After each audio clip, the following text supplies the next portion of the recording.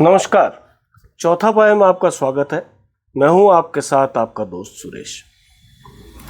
आज हम नेपाल की बात करेंगे। उस नेपाल की बात जो हमारा भाई है, भाई इस मायने में कि हमारा बहुत विश्वस्त पड़ोसी रहा है और आज वही नेपाल बुरी तरीके से संकट में है। वहाँ की युवा आबादी जो 1996 के बाद में पैदा हुई है वो सड़कों पर है और सरकार छिपी हुई घूम रही है। प्रधानमंत्री का घर फूंक दिया गया, सुप्रीम कोर्ट फूंक दी गई, संसद भवन में तोड़फोड़ कर दी गई, मंत्रियों को, पूर्व मंत्रियों को दौड़ा दौड़ा के पीटा गया। ये हालात क्यों पैदा हुए, आज हम इस पे ही बात करेंगे। और इस पे बात करने का हमारा मकसद ये है कि जब युवा अपने पे उतर आता है तो सरकारों को जाना पड़ता है। नेपाल के बारे में अगर ये कहें कि नेपाल के युवाओं ने सिंहासन को फूंक दिया, तब भी कोई अतिशयोक्ति की बात नहीं होगी। और मुझे लगता है कि हमारे यहाँ के एक मशहूर शायर हैं राहत इंदौरी, शायद नेपाल के युवाओं ने उनकी ही बात को अपना ध्येय वाक्य बनाया होगा, जिसमें उन्होंने कहा था कि तूफानों से आंख मिलाओ, तूफानों से आंख मिलाओ, सैलाबों पर वार करो, मल्लाहों का चक्कर छोड़ो, तैर के दरिया पार करो। तो ये सारी स्थिति जब आती है जब बात सर के ऊपर से निकलने लगती है। नेपाल की स्थिति हमारे से छिपी नहीं है। 2008 से नेपाल में लोकतंत्र है, कहने का लोकतंत्र है। इस दौरान 13 प्रधानमंत्री बने वहाँ पे। पिछले 5 साल में क्या स्थिति हो गई है वहाँ पे कि 3 प्रधानमंत्री बदल गए और जो प्रधानमंत्री है केपी शर्मा ओली, वो बदनाम इसलिए रहे कि उन्होंने कई फैसले ऐसे किए जो भारत के विरोधी भी थे और चीन की तरफ उनका झुकाव ज़्यादा नज़र आ रहा था। लेकिन भारत ने जब भी ज़रूरत पड़ी नेपाल का पूरी तरीके से साथ दिया। अब स्थिति ये है कि केपी शर्मा ओली काठमांडू से कहीं दूर शिवपुरी के किसी सुनसान स्थान में, जहाँ पे आर्मी का कब्जा है, उनके संरक्षण में है। कई मंत्री, कई पूर्व मंत्री, कई पूर्व प्रधानमंत्री, वो सब सेना की वजह से भी बचे हुए हैं और सेना ने उनको संरक्षण दे रखा है।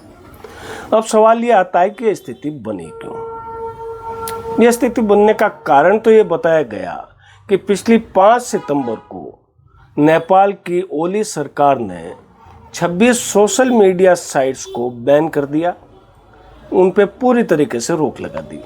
हालांकि इसके लिए 2023 में नेपाल की सरकार ने गाइडलाइन बनाई थी, जिसमें ये सोशल मीडिया साइट्स को कहा गया था कि वे अपने दफ्तर नेपाल में खोलें और सरकार की इस गाइडलाइन का पालन करें।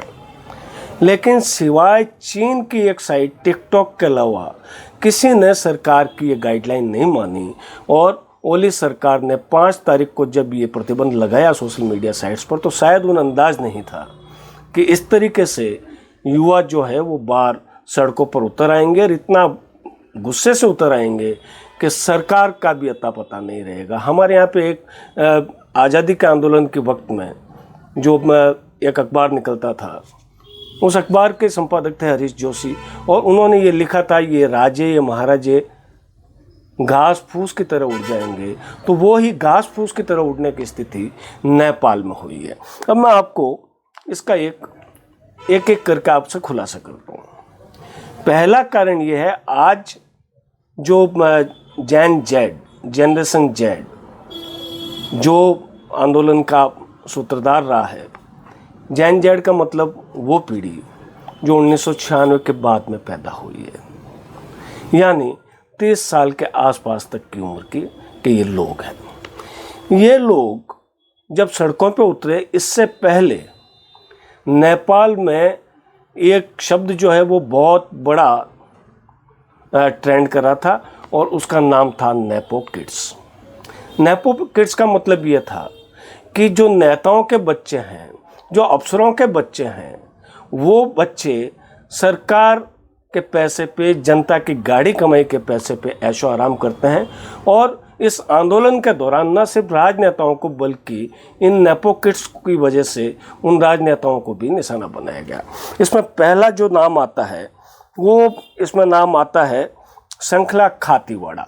ये 29 साल की हैं और इनको ब्यूटी क्वीन ऑफ नेपाल कहा जाता है। और ये एक्स मिनिस्टर हैं नेपाल के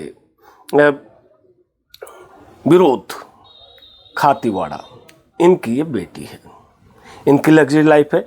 इसके बाद में जो आप पूर्व प्रधानमंत्री शेर बहादुर देउबा, उनके बेटे हैं जयवीर देउबा और उनकी पुत्र वधू है जो गायिका है शिवना देउबा। इन पे भी गुस्सा उतारा गया और ये कहा गया कि ये जनता के पैसे पे ऐशो आराम करते हैं, लग्जरियस लाइफ जीते हैं। इसी तरीके से मिस नेपाल अर्थ सुप्रिया श्रेष्ठ, इनके बारे में कहा गया कि नेपाल के किसी पूर्व मंत्री की बेटी हैं, लेकिन उन्होंने बाद में स्पष्ट किया कि नहीं, उनका कोई ताल्लुक नहीं है। फिर एक नाम आया जो नेपाल के पूर्व पीएम है पुष्पकमल दहल, प्रचंड जिनके नाम से सब लोग उनको जानते हैं। उनकी पोती स्मिता दहल, तो इन पे गुस्सा उतरा। इसके अलावा जो नेपाल के कानून मंत्री हैं बिंदु कुमार थापा, उनके बेटे सौगत थापा पर भी ये गुस्सा उतरा। तो ये जो चीज़ बताती है वो ये बताती है कि असमानता के खिलाफ एक गुस्सा था जो सड़कों पर उतरा। बस असमानता का आलम यह है कि नेपाल की 20% आबादी के पास में नेपाल की जितनी संपत्तियां हैं उनका 56% इन 20% लोगों के पास में, मतलब आधे से ज़्यादा। फिर एक कारण आता है कि युवा, चूँकि मैं साइकोलॉजी ये कहती है कि युवा जब स्कूल से निकल के कॉलेज में आता है तो उसके सपने जो है वो उड़ान भरने लगते हैं, और जब वो कॉलेज में निकलता है तो उसके सपने इतने वो हो जाते हैं कि वो उसको पा लेने की कोशिश करता है। लेकिन आलम यह है कि नेपाल के अंदर बेरोजगारी जो 2019 में 10.39% थी, वो अभी पहुंच गई है 11% के पार। महंगाई ने लोगों का जीना हराम कर रखा है। 4.6% से बढ़ के इन्फ्लेशन रेट, महंगाई की दर, वो 5.2% तक पहुंच गई है। इसका गुस्सा भी था। और अगर आप ये देखो कि जब इस तरीके की यह है तो फिर आप जब से ये पिछले 13 साल में नेपाल में राजनीतिक स्थिरता नहीं आई और 5 साल के दौरान ही जो है वो बदलते गए, नेता बदलते गए, लेकिन सूरत बदली, सीरत नहीं बदली।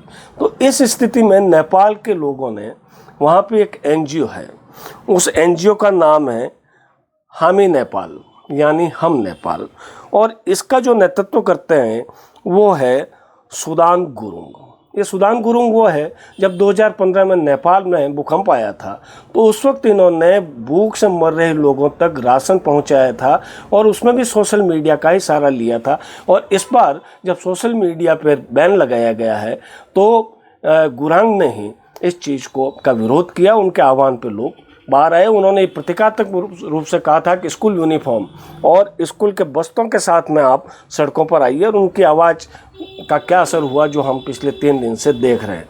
हालांकि सरकार ने सोशल मीडिया से प्रतिबंध हटा लिया और उसके बाद में अब जो नेपाल में नई स्थिति बनने वाली है, अंतरिम सरकार की बात की जा रही है। आज ये जो जनरेशन जेड के नेता सामने आए, उन्होंने कहा कि हम व्यवस्था बदलना चाहते हैं, हम संविधान नहीं बदलना चाहते। और एक नेता ने यह कहा कि हम ये जो बूढ़े नेता जो हैं इनसे परेशान होकर सड़कों पर उतरे, हम इनसे छुटकारा पाना चाहते हैं। लेकिन साथ में भी बहुत ईमानदारी के साथ में ये कहा गया कि अभी उन्हें अनुभव नहीं है, वे सरकार नहीं संभाल सकते, तो अब अगली सरकार कौन, इसको लेकर बातचीत की जा रही है। अंतरिम सरकार का जिम्मा नेपाल सुप्रीम कोर्ट की 11 महीने तक चीफ जस्टिस रही सुशीला कार्की को देने की बात हो रही है और इसके लिए बाकायदा जेड ने ऑनलाइन वोटिंग की है और उसमें सर्वाधिक बताया ऐसा जा रहा है कि उनका नाम सामने आया। लेकिन जब आज सेना के अधिकारी सेना भवन में जस्टिस कार्की के साथ में बात कर रहे थे तो उनका भी नाम जो है उस पर भी कुछ विरोध आया। तो एक दूसरा नाम और सामने आया, वो दूसरा नाम सामने आया है कुलमान सिंह का। ये कुलमान सिंह वो है जिनको ये कहा जाता है light man of Nepal. Nepal में बहुत ज़्यादा बिजली की किल्लत थी, 18-18 घंटे बिजली नहीं आती थी। लेकिन जब से इनको नेपाल इलेक्ट्रिसिटी अथॉरिटी का मुखिया बनाया गया उसके बाद में उन्होंने न सिर्फ स्थिति को सुधारा बल्कि भारत तक को नेपाल से बिजली का आयात करना पड़ा और उन्होंने निर्यात किया। तो लाइटमैन ऑफ नेपाल इनका नाम भी चर्चा में आया है। हालांकि काठमांडू के जो मेयर हैं बालेंद्र शाह, उनका नाम भी अंतरिम सरकार के मुखिया के तौर पर सामने आ रहा है, लेकिन अभी उन्होंने इस बारे में कोई इच्छा जाहिर नहीं की है। और एक नाम और है डॉक्टर सैंडुक रोहित। ये सैंडुक रोहित वो है जो आँखों की जो बीमारी अंधता दूर करने का जो उन्होंने काम किया है वो है, उनका नाम भी है। तो नाम तो बड़े ठीक ठाक आ रहे हैं। तो ये जो भी स्थितियां हैं वो ये बताती है कि नेपाल में अब युवाओं ने फैसला कर लिया कि अब वो सत्ता परिवर्तन करेंगे। अब आप चूंकि हम पड़ोस में हैं और हमारी चिंता इसलिए होनी चाहिए कि हमारे 7 पड़ोसी हैं और 7 पड़ोसियों में से 5 पड़ोसी ऐसे हैं जो क्रांति की वजह से, चाहे वो सैन्य क्रांति हो चाहे वो कोई और क्रांति हो, उनको अस्थिरता वहाँ पे झेलनी पड़ी है। 2021 के अंदर आपको याद होगा अफगानिस्तान के अंदर क्रांति हुई थी और तालिबान ने सरकार पर कब्जा कर लिया। उसके बाद में 2022 में श्रीलंका में क्रांति हुई और वहाँ के राष्ट्रपति को भागकर शरण लेनी पड़ी। हालांकि अब वो वापस श्रीलंका में एक बहुत साधारण जीवन जी रहे हैं। 2023 में पाकिस्तान के अंदर इसी तरीके से एक तरीके क्रांति हुई। क्रांति होने का कारण यह था कि इमरान खान को भ्रष्टाचार के आरोप में 14 साल की जेल की सजा सुनाई गई। उसके बाद में लोग सड़कों पर उतरे, उसमें अधिकांश युवा थे। और 2024 बांग्लादेश की उस वक्त की जो प्रधानमंत्री थी वो आज भारत में शरण लिए हुए हैं और 2025 में नेपाल। हमारे लिए चिंता की बात यह है कि अगर हमारे पड़ोसी स्थिर होंगे तब हमें उसका ज़्यादा फायदा मिलेगा। और नेपाल के युवा जो हैं, नेपाल और भारत का चोली दामन का साथ है। आज अधिकांश लोग जो नेपाल के युवा पलायन करके जाते हैं वो अधिकांश भारत में नौकरी करते हैं, दूसरे देशों में नौकरी करते हैं। तो ऐसी स्थिति में भारत पर असर पड़ना वाजिब है। इसलिए भारत ने बहुत ही नपीतुली इसमें प्रतिक्रिया दी है। और जो केपी ओली चीन की तरफ झुक रहे थे और हर बार ये होता था जब इस तरीके का कोई आंदोलन होता था तो भारत की तरफ उंगली उठाई जाती थी, लेकिन इस बार गनीमत यह है कि जब वहाँ का युवा यूथ अगेंस्ट करप्शन का बैनर लेकर सड़क पर उतरा तो भारत की तरफ कोई उंगली नहीं उठी। कारण कि वहाँ का युवा ये जानता है कि भारत ही एक ऐसा देश है जिसकी वजह से वो आगे बढ़ सकते हैं, उनका देश आगे बढ़ सकता है। चीन अपनी चाल खेलेगा, उससे नेपाल का फ़ायदा नहीं होगा, जो फ़ायदा नेपाल को भारत के साथ में रहना है। तो यही एक कारण है कि इस आंदोलन में कहीं भारत विरोधी बात नहीं हुई। तो कुल मिला के ये स्थितियाँ हैं। और एक चीज़ और आपके सामने मैं रखना चाहता हूँ कि सोशल मीडिया आज की तारीख में हर किसी की जरूरत पड़ गया है। ऐसे में चूँकि जब बात आती है कि ये सोशल मीडिया एक कारण बना कि युवाओं को सड़क पर उतरना पड़ा, लेकिन नेपाल का जो भ्रष्टाचार है, ट्रांसपेरेंसी इंटरनेशनल की रिपोर्ट ये कहती है कि एशिया में सबसे ज़्यादा भ्रष्टाचार अगर कहीं है तो वो नेपाल में है। और पिछले कुछ सालों में वहाँ पे हज़ारों करोड़ के 3 घोटाले सामने आए हैं, जिसमें एक ज़मीन का घोटाला है और उसमें ओली के रिश्तेदारों के उनके नाम भी आए हैं, और 2 घोटाले जो हैं वो कोऑपरेटिव के घोटाले हैं। तो वहाँ की जनता और वहाँ का युवा बाजी जा चुका है। उन्हें मुक्ति चाहिए ऐसे नेताओं से जो अपना घर भर रहे हैं लेकिन लोग भूखे मर रहे हैं। इसकी असमानता का फिगर एक बार मैं आपके सामने फिर रिपीट करता हूँ कि नेपाल के 56% लोग जो हैं वो 20% लोग जो हैं वो 56% संपदा पर अधिकार रखते हैं, 80% लोगों के पास में बाकी चीज़ें बटी हुई है। तो ये असमानता है, भ्रष्टाचार है, बेरोजगारी है, महंगाई है। तो इन चीज़ों से संभल के रहना होगा हमें भी। हालांकि हमारे यहाँ पे तत्कालीन यूपीए सरकार के खिलाफ में इंडिया अगेंस्ट करप्शन का आंदोलन हुआ था और उस आंदोलन की वजह से यहाँ पे सत्ता परिवर्तन हुआ, लेकिन नेपाल जैसी स्थिति हमारे यहाँ होने का सवाल ही नहीं उठता। हमारे लोग बहुत परिपक्व हैं, वो सत्ता बदल सकते हैं, वोट के जरिए बदल सकते हैं, लेकिन नेपाल जैसे देश जहाँ वोट के जरिए बदली गई सत्ता भी न्याय नहीं करती, वहाँ पर इस तरीके से लोग नीचे उतरते हैं। आपको हमारे एपिसोड कैसा लगा हमें कमेंट बॉक्स में ज़रूर बताइए और आप हमारे चैनल को लाइक और सब्सक्राइब कीजिए। कल आपसे फिर मुलाकात होगी, तब तक दीजिए मुझे इजाज़त। नमस्कार।